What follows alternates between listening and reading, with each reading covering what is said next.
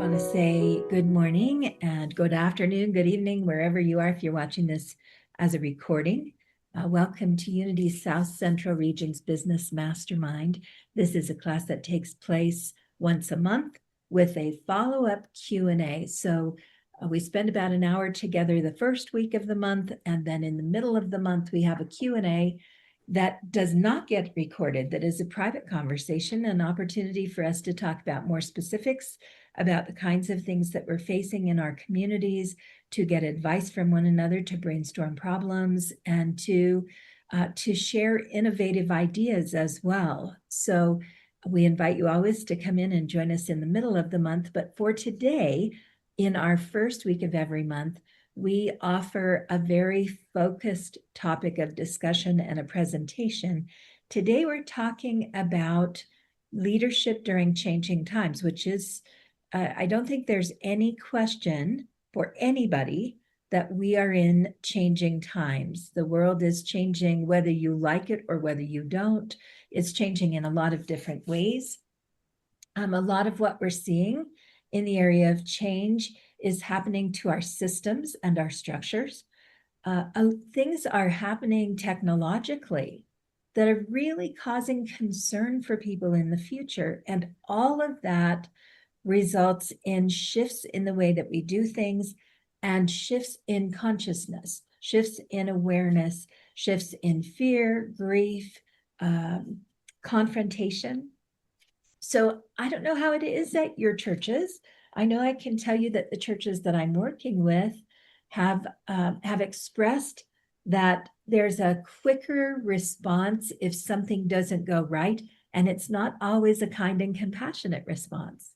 So ministry, being a leader during the time that people are whipped up a little bit by the transformation that we're in, can be challenging. And I want to spend a little time today talking about how we deal with that change and how we do it in a compassionate way. So I first want to remind you that we're looking at the nature of change, and that change feels like a disruption, but it's actually a spiritual process. And I think when we're in seminary, we're reminded that change and challenge are the things that allow people an opportunity to grow. And that our job as ministers is to move beside people through change. Unfortunately, years into it, once we've been doing this for a while, change can feel like disruption and disorder and discomfort. And so we want to start today coming back to the idea that when we're in change, what is actually happening is a spiritual shift. It's a time of transformation. It's a time to practice the very basic tools of our spiritual work. For us, that would be the principles.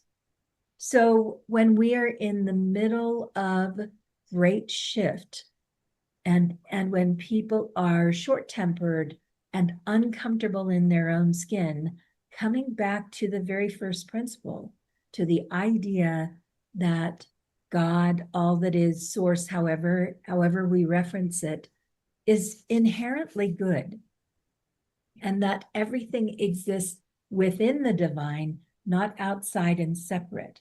So somehow, even in what can feel like the most dire situation, there is good to be found in what we're going through. And I think the challenge always for us is acknowledging the difficulty and not spiritually bypassing that. And at the same time, understanding what our principles say. And I'll share with you that I come back over and over to, do I believe this? Do I believe this principle? Do I believe that God is inherently good? Do I believe there is good in everything that's happening? Do I believe that because we are emanating, emerging, evolving from and through God, that there is good in all people, in all things, in all circumstances? I come back to it over and over as a question for myself. You may be coming back to that question too. One of the things that I really love about unity is that Charles Fillmore said, I reserve the right to change my mind, which gives us permission again and again to come back and ask ourselves what we believe, where we sit in that belief, and how that belief applies here. If we're having those questions, people in our congregations are having those questions as well. Is this really true? So it's not our job to decide for them what they believe, but it's helpful sometimes if we give them permission to ask themselves, do you really believe this? How does this feel for you? How does it fit in your body? Because transformation happens around what we've been teaching. It happens also out in people's daily lives in the world. Transformation is happening out there as they're going to the grocery store, as they're dealing with their families, as they're going to work, all of that. But our particular focus is the transformation that emerges in our spiritual centers right now during this time of change. So where are we individually, and can we cultivate conversation? And in that conversation, can we give people permission to be wherever they are? Because some people will be in a position that looks like, I don't know if I believe that or not. Fantastic. Fantastic. Stay with that. Stay in your question. Begin watching your life. Begin looking back through your life. Look for incidents in your life that either tell you this is true or it's not true. Most of us have had those incidents that prove that the difficulties that we've gone through in life ultimately grew us, evolved us, and brought us to something new. They didn't look like that kind of a gift when we went through the circumstance itself. But coming back, this is a really good time to apply our principles in actual difficult situations. Because if these principles don't stand up, what are we doing? Right? It's okay to be in question. What a lovely gift unity gives us in that. So it's a good conversation, a good time when we're in leadership to have these questions. It's also important to consider our levels of emotional intelligence and the emotional intelligence and compassionate presence of the people in our community. Would you name your congregation emotionally intelligent? Would you speak about your congregation as having compassionate presence? If not, these are really good areas to be teaching in because they're things that are needed right now in the world. Emotional intelligence and compassionate presence, simply the ability to be in this moment and not caught up in all the millions of things that might happen in the future or all the proof we have from the past, but to bring ourselves into compassionate presence with each other and really be present to each other in our authentic feelings. The normalization of emotion. It is normal right now to have fear, to have grief, to feel resistant, or to feel attacked. And it really doesn't matter where you sit in the political spectrum. You can be feeling all of those things on any side of our life shifts, because we have shifts that are economic. We have shifts in our education system. We have shifts in our law. We have shifts in so many foundational institutions and processes that everyone is feeling fearful, concerned, some sense of loss or grief, some sense of resistance, or they're feeling that somebody else doesn't feel the way they do. So maybe some confrontation. When you have conversations about those things, rather than avoiding them on Sunday mornings, you normalize those feelings. And when we avoid them, and we do it because we don't want to appear political, we don't want to get into our own personal opinions, we're not running an agenda. When we avoid these conversations and avoid acknowledging them, people are left feeling alone with these feelings. I'm the only one who's grieving. I'm the only one. Or they begin to cluster in small groups of very specific kind of like-mindedness. And you start to have that kind of feeling of the cliques that you had in high school. These people all feel the same about this. These people all feel the same about this. And people don't intermingle because they don't see that the emotions that they're feeling are the same. They may be for different reasons, but the emotions are similar. So when we normalize that, we help our community to cross-pollinate and support each other without those small groups. Our job is to hold space without fixing things, because our communities and the world itself are in transformation. There is change happening. It's not just maybe we're having change. We are in dramatic change right now. We as ministers cannot change that change. We can be present to it. We're going through it ourselves. We need to acknowledge that and be aware of it. And we can listen deeply to the feelings that people are having and say, yes, yes, I hear you. Yes, this is a challenging time. And when we come back to our principles, what do they tell us? When we come back to our teachings, what do they tell us? This is what we've practiced for, especially for our long-term members. This is what we've practiced for. We've practiced all of these things and learned all of these tools so that we can use them now. What tools are you using? Are you breathing? Are you meditating? Do you understand prayer? Do you understand what kind of action is available to you? What can you do that works for you if you don't want to be seen or heard in your feelings? And some people don't right now, especially if it's not safe in their family of origin or something like that at their workplace. Then are you spending a little time in prayer? Are you spending a little time in stillness, centering your body? What other tools do you have? Have you, as ministers, have you offered breath work or sound healing or any kind of alternative calming measure that is available to help our communities come to their center? When you're looking at the classes, the difference between a loud, raucous kind of event or a small, intimate circle where people can feel really safe with one another. Both of those can be valuable, by the way. Sometimes when we're under a lot of stress, we need a big rock and roll night. We need a dance your socks off kind of event, like something that gets us moving our body and shaking ourselves up a little bit just to get energy out. And sometimes we need intimate small circles that allow us to feel safe. So look at what's on the calendar for your community. If you're doing a lot of talking head stuff, oh, we're studying metaphysics, oh, we're reading this book, if it's a lot of talking head, look at what you can do somatically.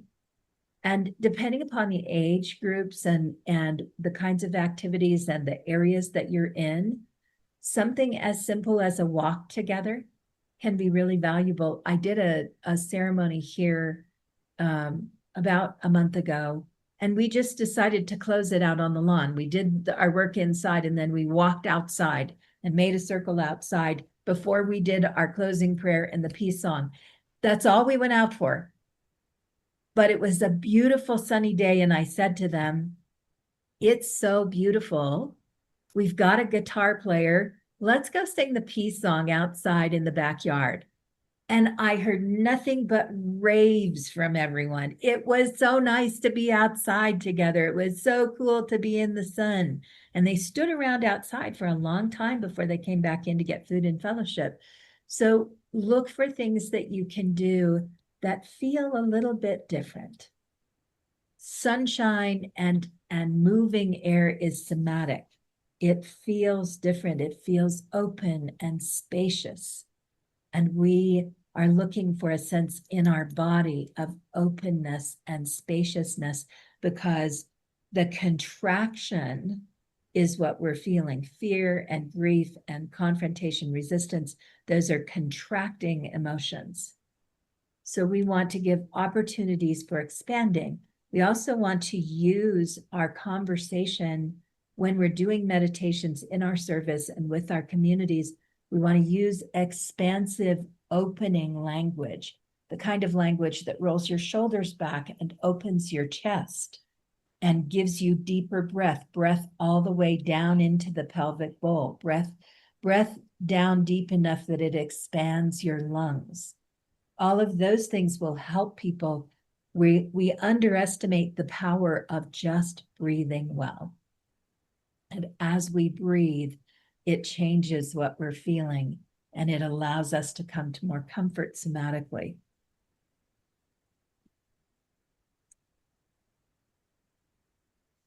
Leadership in communities has to shift right now. There's a really big difference between authority and authenticity. And when we're going through change, we're not nearly as able to settle in authority. Can you predict what's going to happen next? I can't. I cannot predict what's happening in our world in the next few years. Even I was at a conference a couple of weeks ago in Oregon, where we listened to a presenter who talked about AI and what's going to happen in 5 years instead of the original 10 to 15 years predicted. And the changes are so dramatic that halfway through it, I tuned it out. It was too much for me to even take in. So, and I actually have an interest in it. So we know that these changes that are coming up will feel a little bit overwhelming and uncertain. The gift that we have for our community is to say, I am equally overwhelmed and uncertain, and I am walking with you in this, and I know we can do this together. We are here together, using the tools that we have and walking through change together, rather than, yes, you're going to be okay, and if you only use these tools, this is what you're going to need. You will feel disingenuous if you try to be an authority in an area you can't be. And that sense of being disingenuous as a leader really, really deeply affects the quality of leadership that we offer. Because the more, again, things that are disingenuous energy is contracting rather than expansive. But authenticity and being open and safe and saying, yes, I'm walking in this with you, and I have my own moments, and here are the tools that I'm using. And we're going to practice these tools together because I need the practice too. That's authentic. That's authentic. And again, it helps to normalize what we're experiencing. It also opens you to co-create, because someone else might say, hey, I took a class. I'd love to recommend a teacher. They taught this thing and it was so helpful for me. Or could we do a particular kind of gathering? Or could we shift something in service that would allow us to come to a place of deeper safety or deeper connection? When we are willing to be authentically open to change ourselves, the community has the opportunity to feed into what might be available. It's more processing for us. We have very busy jobs. And it's more processing to meet with people and hear their ideas and consider whether it's a good idea or not. And we can feel in change like we have to make the difference. But in truth, our efforts spiritually are meant to bring other people into their sense of spiritual leadership. We want them to lead in their own ways. So this is a great opportunity in that co-creation process to encourage people to volunteer, to step up, to take action. action will move all of that energy, the energy of grief, the energy of confrontation, the energy of uncertainty. One of the really good somatic coping mechanisms you can give them is action. Come in and help us. We need to clean out these closets. We need to shift things around in the shed. We need to move some chairs around. That physical participation I don't know if this happens for you guys, but when something is really under my skin, I will go clean a closet in my house. My husband will walk in and say, who really got under your skin today? What happened today? Because I'll have everything out of the closet on the bed, be shifting things around. But there's something about making physical order that gives me physical order in my body. So working with people to create physical order in your spiritual center can help them and help you. This could be a great time to be working with people across the summer to clean out sheds, clean out closets, reorganize, get rid of things you don't need anymore, create again a physical feeling of openness and expansion. It's a good time to invite people into conversations. So one of the things that was advised to me by some people here who are conversation leaders in our community, and it was really helpful for me, was I wanted to begin our conscious conversations with a question like, tell me about a miracle that's happened in your life. We'll go into small groups and, what do you believe in miracles, and tell me about a miracle that's happened in your life. And this couple came to me after I was talking out loud about it and said, that's a great question, but it makes people go back and think. Versus, is there a miracle you're hoping for right now?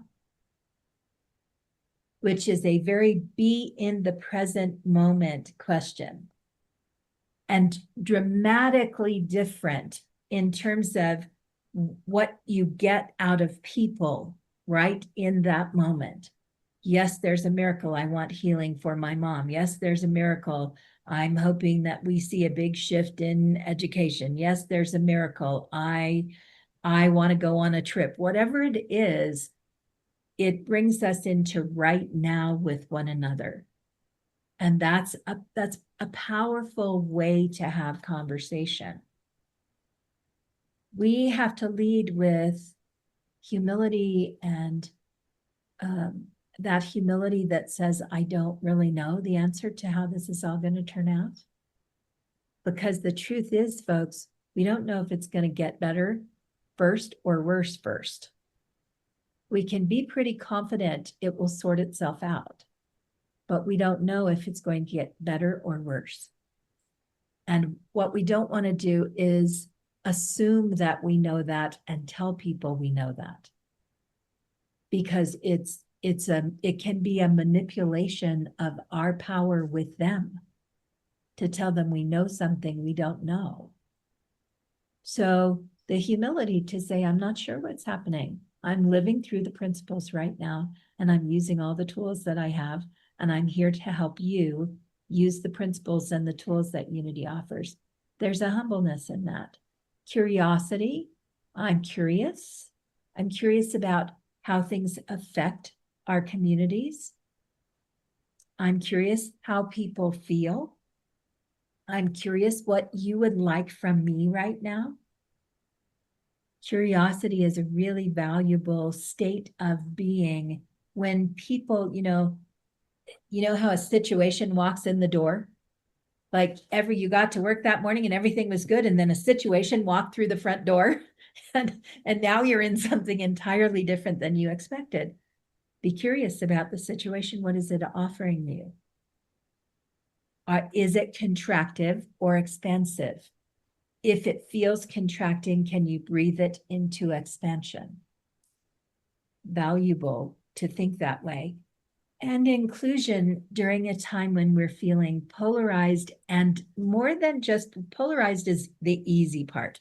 We're politically polarized, but we're also we're also feeling separated by where we are generationally. For example, we have very different personalities in the generations that we deal with right now. Our Gen Z is really different than our millennials. Our millennials are really different than Gen X. And Gen X is really different than the baby boomers and the few of the service-oriented tradition that come after them, our oldest tradition right now. Those 5 groups don't even get into Gen Alpha, which is our teenagers. Those 5 adult groups in our world right now are so dramatically different. How do we include them all? And how do we teach them to see the beauty in each other? There's a lot available to learn about the generations and what they need, what they expect, and what world they're trying to create. And one of the, depending upon the breadth and scope of your community, one of the really sweet things you could do is bring your community into a multi-generational event and separate people by generation and give them 2 or 3 questions to answer according the same question for everybody, but let them answer it in their individual groups and then cross-pollinate tables and ask the same question. How does this feel if you're Gen Z? How does this feel if you're Gen X? How does this feel if you're a baby boomer? And see what is alike and what is different for the purpose of deeper understanding in your community. Invite your community into that exercise with curiosity. You're not here to change anybody's mind. Everything is fine. We're here in different generations to do different work. What are you curious about? What is different about your generation than another generation? What motivates them and how are they dealing with change versus how you're dealing with change? There's a lot of creative opportunity in that cross-generational, inclusive kind of conversation. Conversation across races is valuable right now. It's hard. Conversation across genders, really valuable right now. Whether you think there are 2 or more genders doesn't matter. There's a lot of potential for conversation that creates deeper understanding. And think about the spiritual growth that comes from that.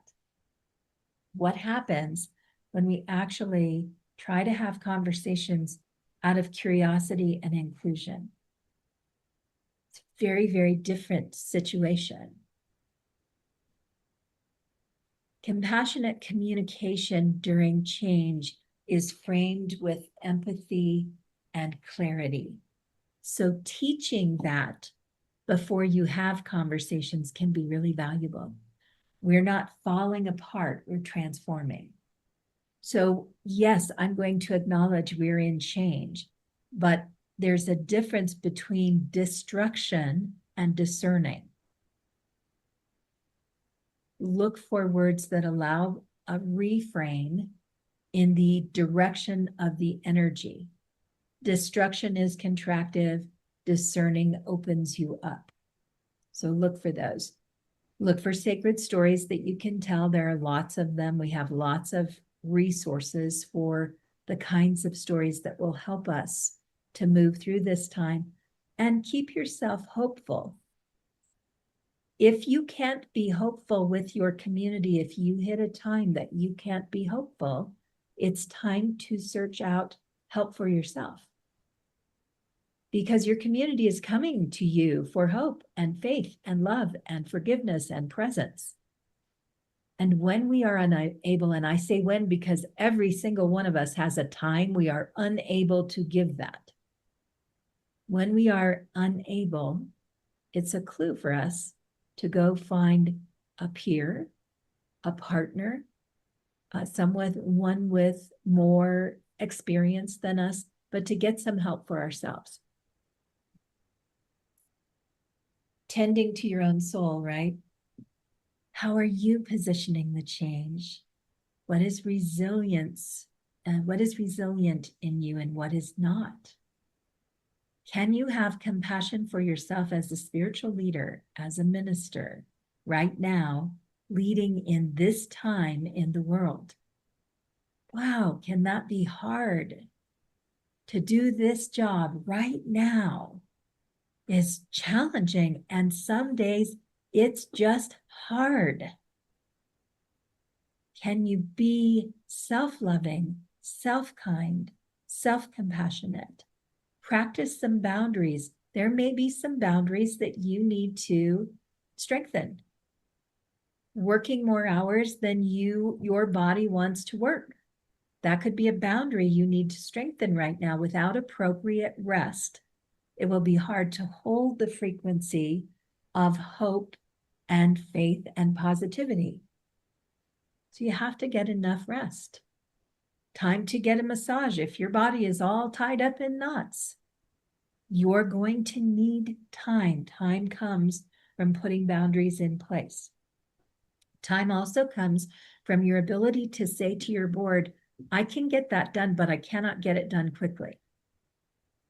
Because right now, the intensity of the work that we're doing is requiring so much of my emotional resilience and my intelligence, my thoughtful intelligence and planning, that just moving myself into when are we going to do our next metaphysical fair? That's a big, much bigger task than you think. And I'm not ready to take that on. Yes, we can do it, just not yet. Not now. It's hard to tell our ministers, it's hard as ministers to tell our board that we're not ready to take something on. It's hard to tell congregants we're not ready to take something on when they're really excited about it. But if you have no boundaries, you run the risk of finding yourself in overwhelm. And overwhelm leads to burnout. And your community needs you now more than ever. So this, looking at where you can take more care of yourself, how you can put up more benefits, more boundaries for your own benefit, how you can use rest, prayer, and time in nature as your medicine. These are important things. And then letting go with grace when it's necessary, when you just have to go, you know what? I just have to turn this over to someone else. I can't do all of this. The letting go with grace and authenticity comes from recognizing that the times we're in are unlike any times we've ever ministered in. We have not ministered in times like this. This is new. It's different. It requires something different from us. And it's not business as usual. So the openness to give yourself the same grace you give other people is important. Leading with purpose and not prediction is what I was saying earlier. Knowing that you're holding hope for the community, that you are keeping things expansive and open, and also not predicting outcomes, incredibly important. Clarity over certainty is about being able to say where you are today. Being present and saying, you know, I'm in a different place today than I was last week. Things have shifted for me. I feel different today than I did a few days ago. Or I'm kind of in the same place I was. Or I found a great tool and it helped me. It helped me to open up and I'm feeling a little bit more grounded. Giving possibility is different than prediction. If I say, what if everything we're going through is bringing forth the world we've been praying for? What if, in order to manifest a world that is for the good of all beings, we have to tear down systems and processes? What if we're actually on our way to what we've been asking for? Could you imagine that? Could you turn your direction? Could you turn your eyesight, your heart sight in that direction? Because we know that manifestation comes from our ability to envision exactly where we want to go, to live into that. So that doesn't say what's going to happen. It's not a prediction, but it does turn people in a particular direction and help them to use the tools that we teach. The visualization tools, the affirmation tools, the balance in self tools. And these are present, not past tense or future tense. Can you imagine is what you do right now. You can imagine into the future, but you're not placing yourself there. You're imagining from right where you are right now. And that presencing is incredibly important. I'd like you to think about where your community is, and I'm going to use the seasons as a metaphor. Maybe you are in the season of spring, and if you are, you would be able to tell because you're in messy, hopeful new beginnings.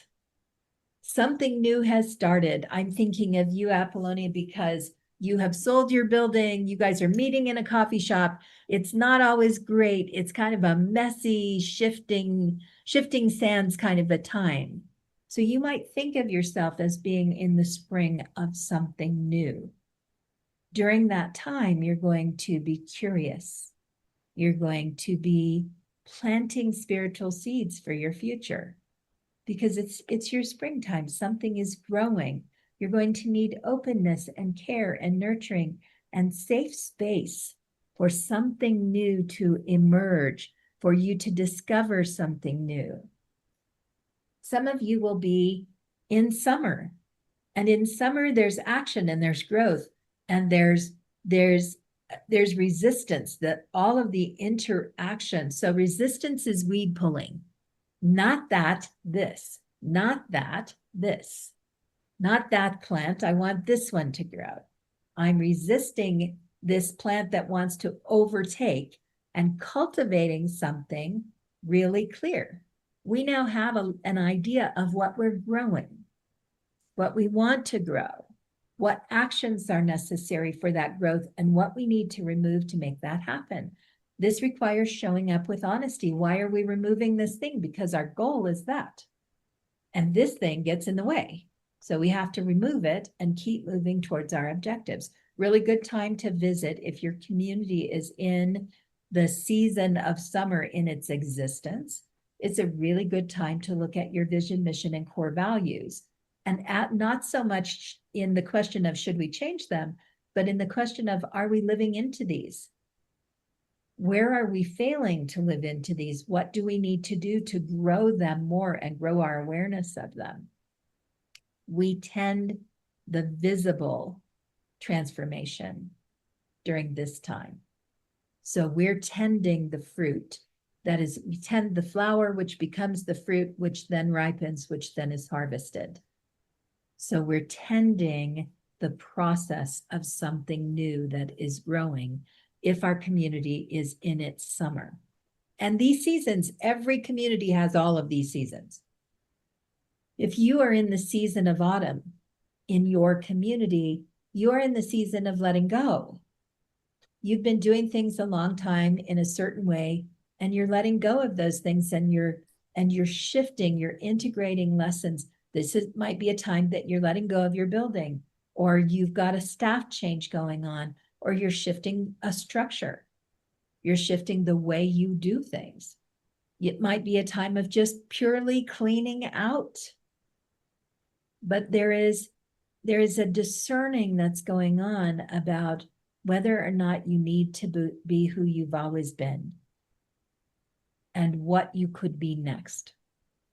You're not in the active clarity that spring gives you. We're birthing, it's messy, but we're birthing something new. You're in the letting go and discerning what might be possible for you when spring rolls around again. And you're honoring grief and change. You can do ritual for that. You can do burn-offs and, have people write things and bury them. You can do lots of things to let go of old ideas, but it's a very visceral thing. It's really helpful. You can even just the inhale, exhale, right? I'm inhaling all the clarity I need. I'm exhaling everything I don't need in this moment.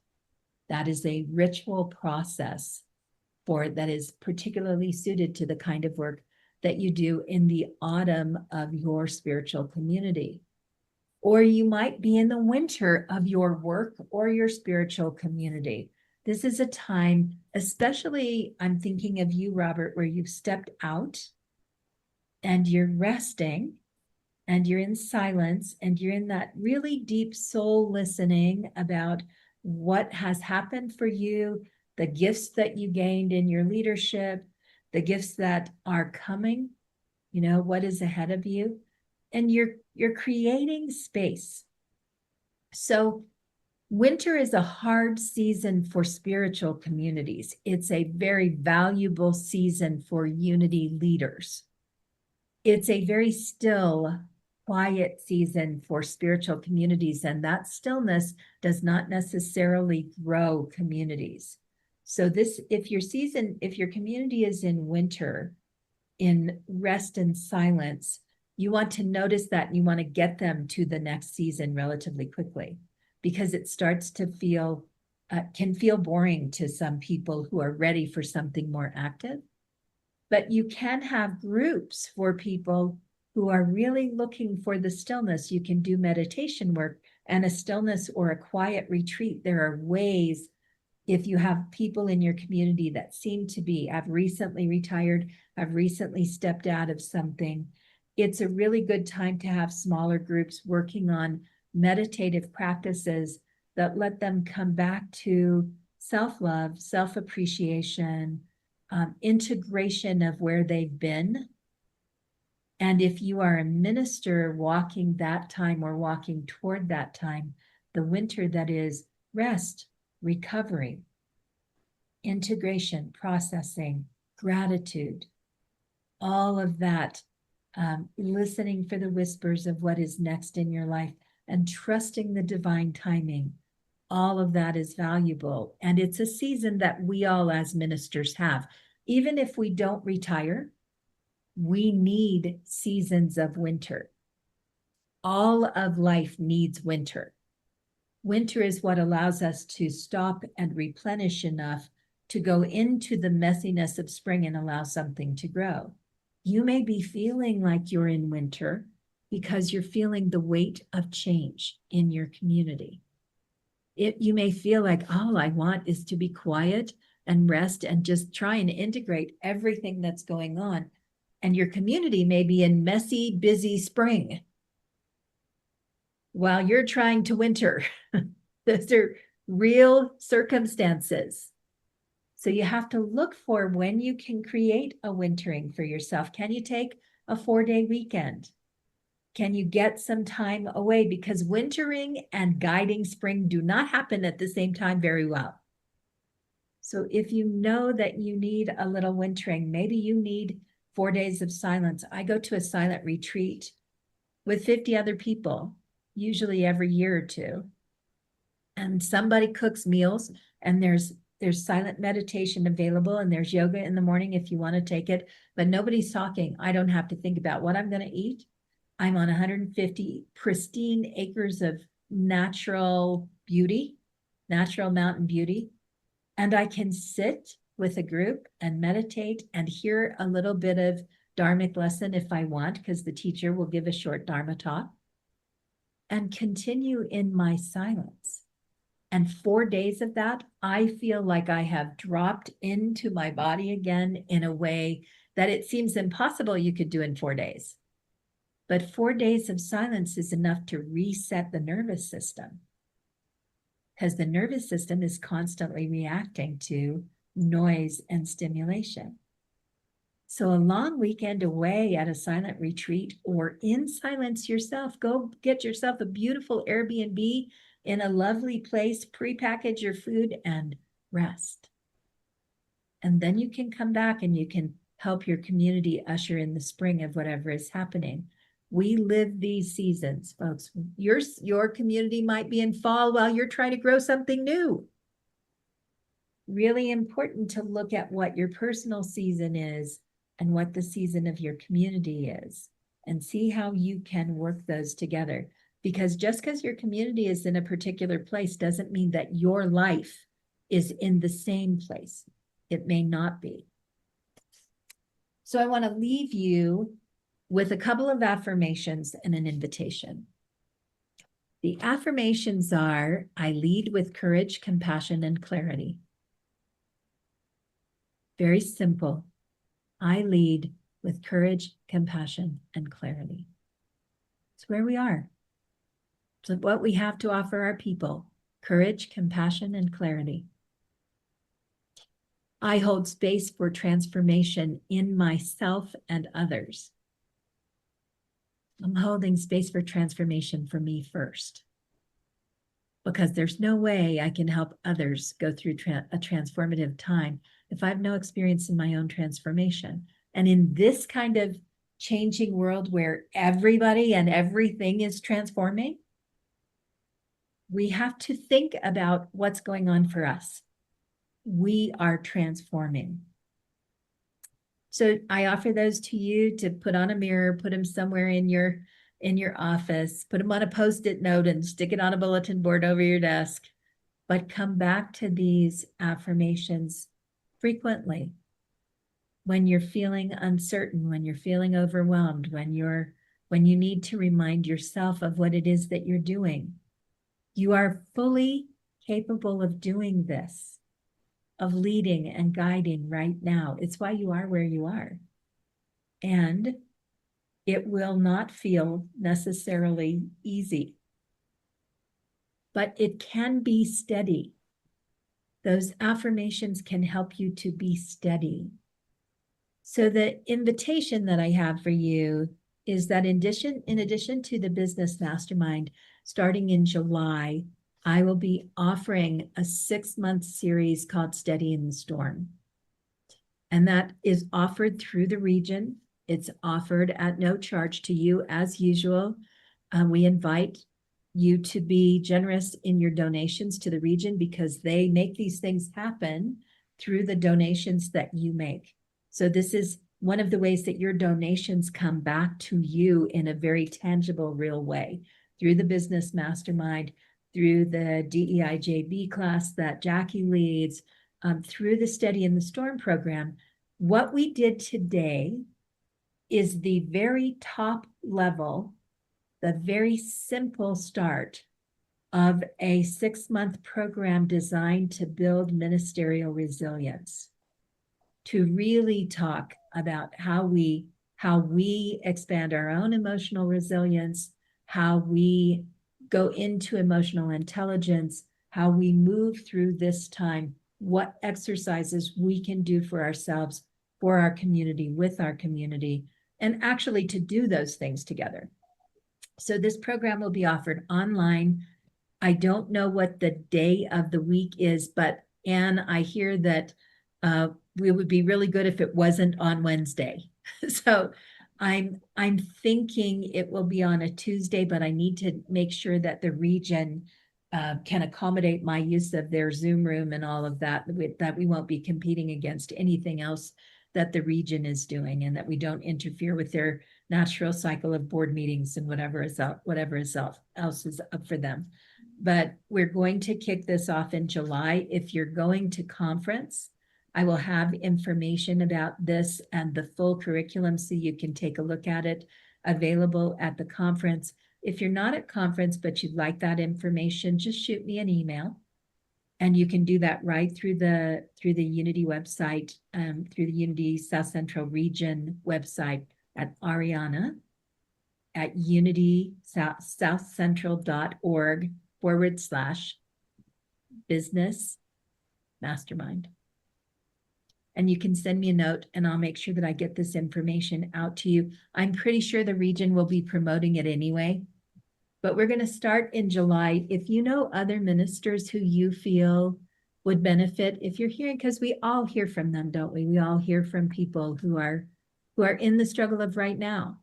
This is a really important program that the region is putting forth to help us have the resilience, the tenacity, the comfort, the humility, the ease, the grace, all the things we talked about today, but to actually really focus on the under layers of that, how we develop all of that within ourselves. And I would love to see you in that space and share that space with you.